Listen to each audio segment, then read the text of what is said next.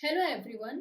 आज हम जिस टॉपिक को डिस्कस करेंगे वो है डायबिटिक ऑटोनोमिक न्यूरोपैथी, जिसे शॉर्ट में दान भी बोलते हैं। इसमें जितने भी आपके पास पेशेंट्स आते हैं डायबिटिस मेलाइटिस के, ये उसका कॉम्प्लिकेशन है। इसमें क्या होता है, जो हमारा ऑटोनोमिक नर्वस सिस्टम है वो डैमेज होता है because of increase blood glucose level.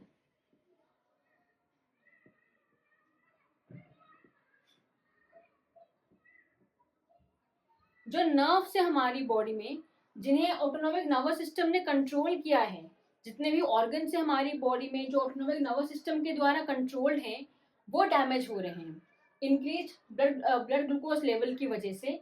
फिर उनके अंदर वो सिम्टम्स डेवलप हो रहे हैं, तो उसे बोलते हैं डायबिटिक ऑटोनोमिक न्यूरोपैथी। यहाँ पे आपके पास जितने भी पेशेंट्स आते हैं वो कुछ हमारी बॉडी में कुछ सिस्टम्स हैं जो अफेक्टेड हो रहे हैं बिकॉज ऑफ DAN, जैसे कि CVS, GIT, प्यूपिलरी,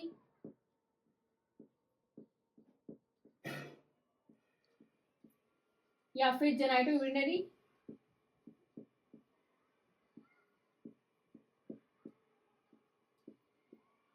एंड एक और कंडीशन है जिसे हम बोलते हैं डायबिटिक फुट।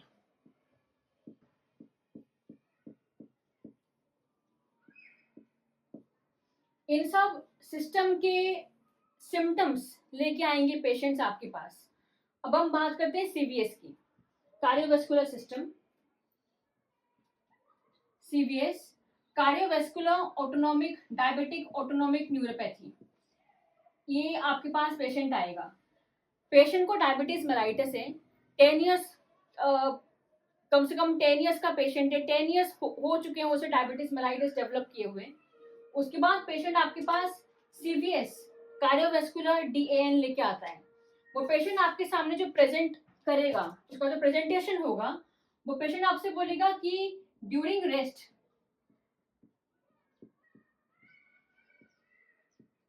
उसका हार्ट रेट इंक्रीज है, increase heart rate during rest. या फिर पेशेंट आपके पास आएगा with silent MI, silent myocardial infarction.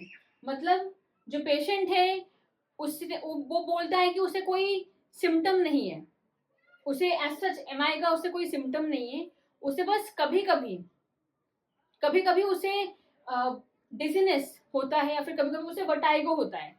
फिर आप उस पेशेंट का जब ECG करवाते हो तो वहां पे आपको मायोकार्डियल इंफार्क्शन मिलता है। और जो डायबिटीज के पेशेंट्स होते हैं, जो DAN के पेशेंट्स होते हैं, उन्हें ऐसा भी दिखने को मिलता है कि जो पेशेंट था उसे 10 ईयर्स 15 ईयर्स से उसे डायबिटीज था, उसे CVS का कोई भी कोई उसको कोई भी सिम्टम नहीं था CVS के रिगार्डिंग, लेकिन अचानक से उसे MI हुआ और पेशेंट की डेथ हो गई। ये है डायबिटिक ऑटोनोमिक न्यूरोपैथी। उसके बाद इसमें जो नेक्स्ट इसमें होता है exercise intolerance.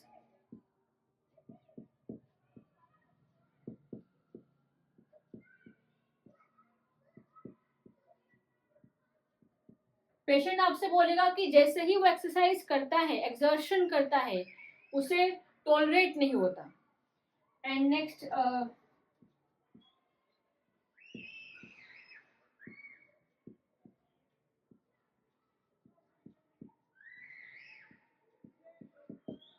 Orthostatic hypotension.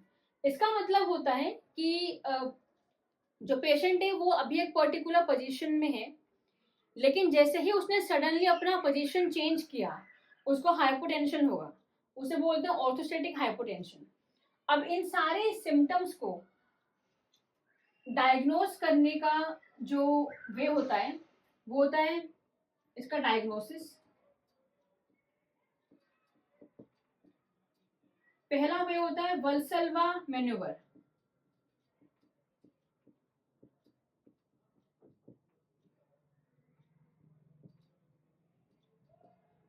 Valsalva manoeuvre, इसमें हम क्या करते हैं, इस प्रोसेस में हम पेशेंट का ECG करवाते हैं।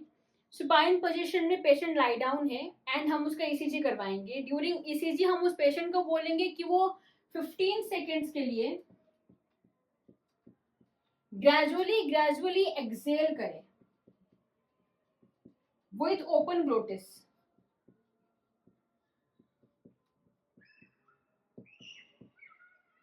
उसे बोलते हैं वेल्सलवा मैन्यूवर। तो इस प्रोसेस के थ्रू हम CVS cardiovascular diabetic autonomic neuropathy को डायग्नोज कर सकते हैं। या फिर एक और भी प्रोसेस होता है इसका डायग्नोसिस का, जहाँ पे हम पेशेंट का ईसीजी करवाते हैं। ईसीजी के टाइम पे हम पेशेंट को बोलेंगे कि वो वर्टिकल पोजीशन में हो। वर्टिकल पोजीशन में हम पेशेंट का ईसीजी करवाते हैं। एंड अगर पेशेंट हेल्दी है तो उसका जो हार्ट रेट होगा वो रैपिडली इंक्रीज होगा। लेकिन अगर पेशेंट डायबिटिक है उसका जो हार्ट रेट होगा वो बहुत ही ग्रेजुअली इंक्रीज होगा। ये दो प्रोसेस है जिनके थ्रू हम कार्डियोवैस्कुलर डायबिटिक ऑटोनोमिक न्यूरोपैथी को डायग्नोज कर सकते हैं। इसके अलावा जो नेक्स्ट सिस्टम है जिन्हें डायबिटीज मेलाइटिस अफेक्ट करता है वो है GIT, gastrointestinal diabetic autonomic neuropathy, gastrointestinal दान, गैस्ट्रोइंटेस्टाइनल डायबिटिक ऑटोनोमिक न्यूरोपैथी। इसमें क्या होता है, इसका जो पेशेंट होगा वो आपके पास जो प्रेजेंटेशन उसका जो होगा वो होगा नोजिया, वॉमिटिंग,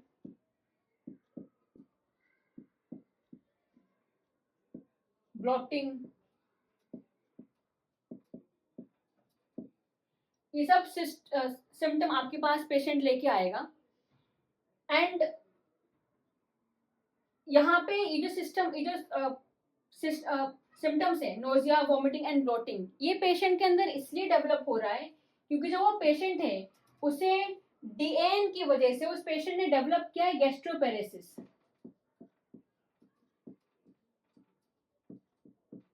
गैस्ट्रोपेरेसिस का मतलब होता है कि हम जो फूड खाते हैं, जो भी हमने फूड कंज्यूम किया, हमारे वो जो फूड है हमारे माउथ के थ्रू होके, हमारे इसोफेगस के थ्रू होकर हमारे स्टमक में जाता है।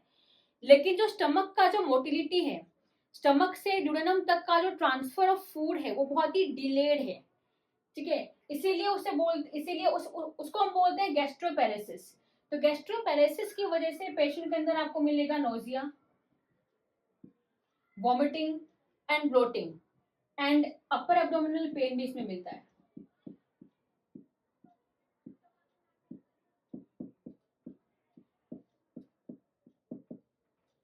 एंड इसके अलावा जो नेक्स्ट इसमें आपको सिम्टम्स मिलेंगे, chronic diarrhoea,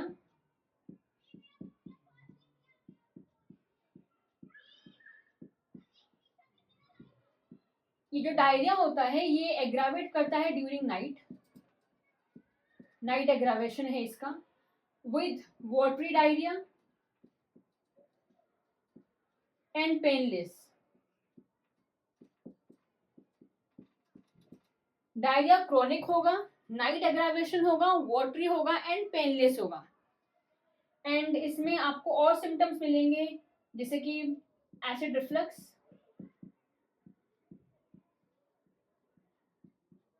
and GERD, gastroesophageal reflux disease भी लेके आएगा पेशेंट जो गैस्ट्रोइंटेस्टाइनल डायबिटिक ऑटोनोमिक न्यूरोपैथी का पेशेंट है। मीन्स अगर आपके पास डायबिटीज का पेशेंट आ रहा है, एक लॉन्ग टाइम से पेशेंट को डायबिटीज मेलाइटिस है, एंड वो पेशेंट अगर GERD का आता है या फिर क्रोनिक डायरिया का आता है या फिर नोजिया है, वॉमिटिंग एंड ब्लोटिंग है, तो आप अज्यूम कर सकते हैं कि he might be a patient of GIDAN। इसके बाद इस तरह के जो सिम्टम्स हैं, जो GIT के जो सिम्टम्स हैं, इन्हें जो डायग्नोज करते हैं वो होता है, इसका जो प्रोसेस है डायग्नोसिस का वो है सेंसिटिग्राफी।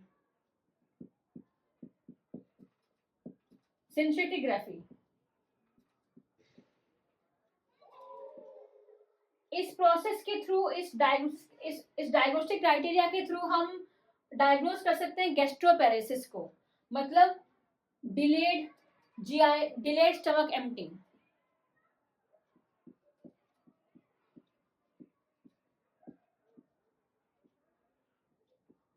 डिलेड स्टमक एम्पटिंग को हम डायग्नोज कर सकते हैं थ्रू सेंसिटोग्राफी, मींस गैस्ट्रोपैरेसिस को डायग्नोज करने का वे होता है ये। देन नेक्स्ट, इसके बाद जो नेक्स्ट सिस्टम है जिसे डीएन अफेक्ट करता है वो है प्यूपिलरी।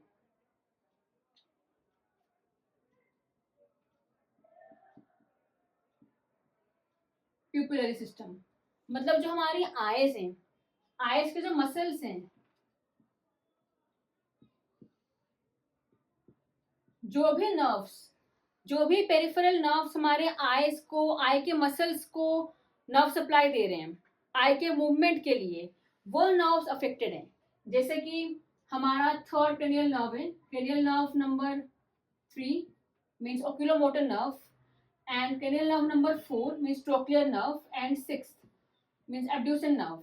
ये नर्व्स अफेक्टेड हैं जो आई के मसल मूवमेंट के लिए रिस्पॉन्सिबल होते हैं। जो cranial nerve number 3 है ये सप्लाई करता है, ये नर्व सप्लाई देता है टू लेवेटर पैल्पेब्री सुपीरियरिस, इसको मैंने शॉर्ट में लिखा है, एंड सुपीरियर ऑब्लिक नहीं, inferior oblique muscle, and medial rectus, superior rectus and inferior rectus. In muscles को नर्व सप्लाई देता है थर्ड क्रेनियल नर्व, जो हमारी ओक्यूलोमोटर नर्व होती है, जो आई के मूवमेंट के लिए रिस्पॉन्सिबल है। देन हमारी जो फोर्थ क्रेनियल नर्व है ये नर्व सप्लाई देती है to superior oblique muscle, and 6 cranial nerve supply देती है टू लेटरल रेक्टस मसल, जो हमारी आई बॉल का लेटरल मूवमेंट के लिए रिस्पॉन्सिबल है। तो ये जो नर्व्स हैं वो अफेक्टेड हैं, इसीलिए यहाँ पे प्यूपिलरी DAN आपके सामने पेशेंट खुद को प्रेजेंट करेगा। इसके बाद जो नेक्स्ट सिस्टम है जिसका आपके पास पेशेंट लेकर आता है वो है जेनाइटो यूरिनरी।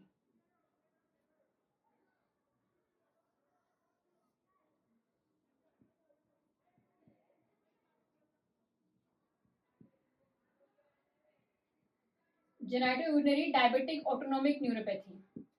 ये पेशेंट का जो प्रेजेंटेशन होगा, वो जो पेशेंट आएगा आपके पास, ये पेशेंट आपके पास आएगा as recurrent urination,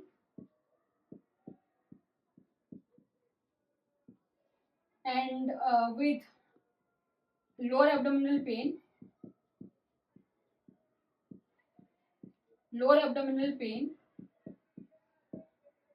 with cloudy or foamy urine, and retrograde ejaculation,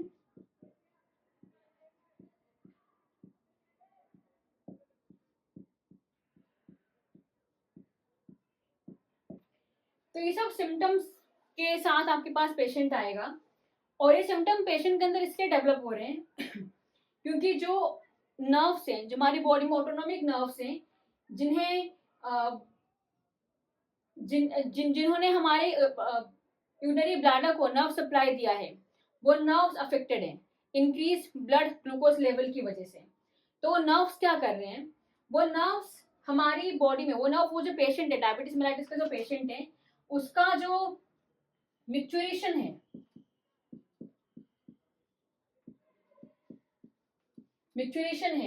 अर्ज, desire to pass urine, urging of urination है, उससे हार्म करते हैं, उससे डैमेज करते हैं। तो पेशेंट को अर्ज नहीं हो पाती। जब पेशेंट को यूरिनेशन की अर्ज नहीं हो पाती, तो इसलिए उस तरह के पेशेंट्स में आपको मिलता है रिटेंशन ऑफ यूरिन।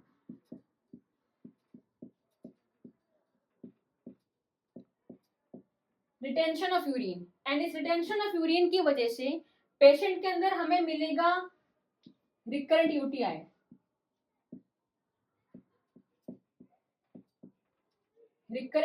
मिलेगा, एंड लोअर एब्डोमिनल पेन मिलता है। एंड इस तरह का जो पेशेंट होता है वो हमारे पास रिकरेंट यूरिनेशन के साथ आता है। तो पेशेंट आपके पास आएगा कि उसे होगा recurrent UTI, and recurrent UTI के साथ उस पेशेंट को लोअर एब्डोमिनल पेन भी होगा। और ये सब सिम्टम्स पेशेंट के अंदर इसलिए डेवलप हो रहे हैं क्योंकि जो ऑटोनोमिक नर्वस सिस्टम है हमारा, जो जिसने कंट्रोल किया है हमारे यूरिनरी ब्लैडर को, वो नर्व्स अफेक्टेड हैं, जिसकी वजह से पेशेंट को मिक्चुरेशन नहीं हो पाती। मिक्चुरेशन नहीं हो पाती इसीलिए पेशेंट को रिटेंशन ऑफ यूरिन होता है, एंड रिटेंशन ऑफ यूरिन की वजह से उससे रिकरेंट यूरिनेशन होगा एंड रिकरेंट यूटीआई डेवलप होगा पेशेंट के अंदर। एंड उस रिकरेंट यूटीआई की वजह से जो पेशेंट होगा उसका जो ब्लैडर का नेक है वो ओपन हो जाएगा, जिसकी वजह से पेशेंट के अंदर आपको मिलेगा retrograde ejaculation of sperm. Retrograde ejaculation की वजह से पेशेंट के अंदर हमें मिलता है क्लाउडी और फोमी यूरिन। मींस जो पेशेंट का जो यूरिनेशन है उसके यूरिन में बहुत ज्यादा स्पर्म की क्वांटिटी मिलेगी, जिसे बोलते हैं क्लाउडी, जिसकी वजह से उसका यूरिन का जो टेक्सचर है वो क्लाउडी एंड फोमी यूरिन आपको मिलेगा। एंड इसमें हम यूएसजी अल्ट्रासोनोग्राफी हम इसमें करवाते हैं किडनीज का, जिसके थ्रू हम डायग्नोज कर सकते हैं genital urinary diabetic autonomic neuropathy. Plus यहाँ पे एक और सिम्टम जो डेवलप होता है वो होता है डिस्पेरोनिया।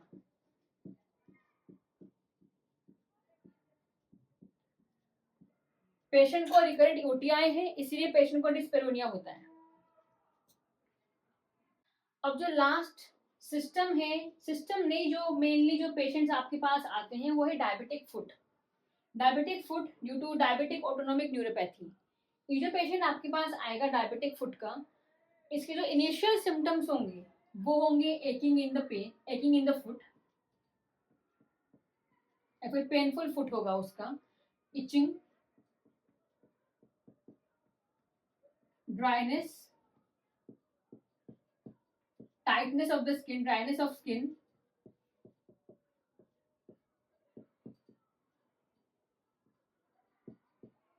tightness of the skin, and ये पेशेंट आपके पास आएगा विथ पेरिफेरल एडिमा।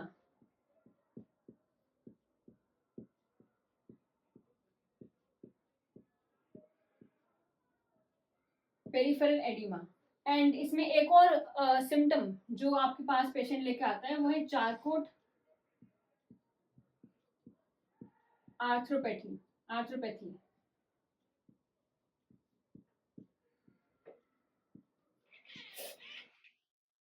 इसमें क्या होता है, जो पेशेंट है because of diabetic autonomic neuropathy उसको सेंसेशन नहीं हो पाती, उसके फुट में उसकी सेंसेशन लॉस हो जाती है, जिसकी वजह से पेशेंट को जो फुट है वो डैमेज हो जाता है, उसको बोलते हैं चारकोट एथ्रोपैथी। और ऐसे में अगर हम पेशेंट का इन सिम्टम्स के साथ अगर आपके पास पेशेंट आए तो उसको आप रिकमेंडेशन दे सकते हैं to take careful foot care.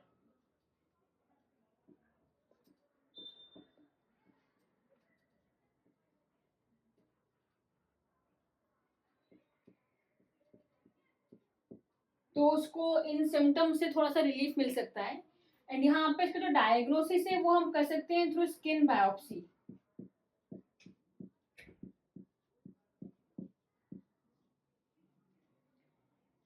सो ये सब डायबिटिक ऑटोनोमिक न्यूरोपैथी के सिम्टम्स है, प्रेजेंटेशन है जो आपके पास पेशेंट्स आते हैं। तो इसका आज हमने इस टॉपिक को इससे डिस्कस किया क्योंकि इसके बहुत सारे पेशेंट्स हमारे पास आते हैं लेकिन हम उन्हें डायग्नोस नहीं कर पाते। डॉक्टर्स जनरली उनको लोकल मेडिसिन मतलब नॉर्मल मेडिसिन प्रेस्क्राइब करते हैं उस सिम्टम्स के बेसिस पे, लेकिन उसको डायग्नोस नहीं कर पाते कि जो पेशेंट है वो DAN का पेशेंट है। तो इसीलिए मैंने ये टॉपिक आज चूज किया था। तो थैंक यू।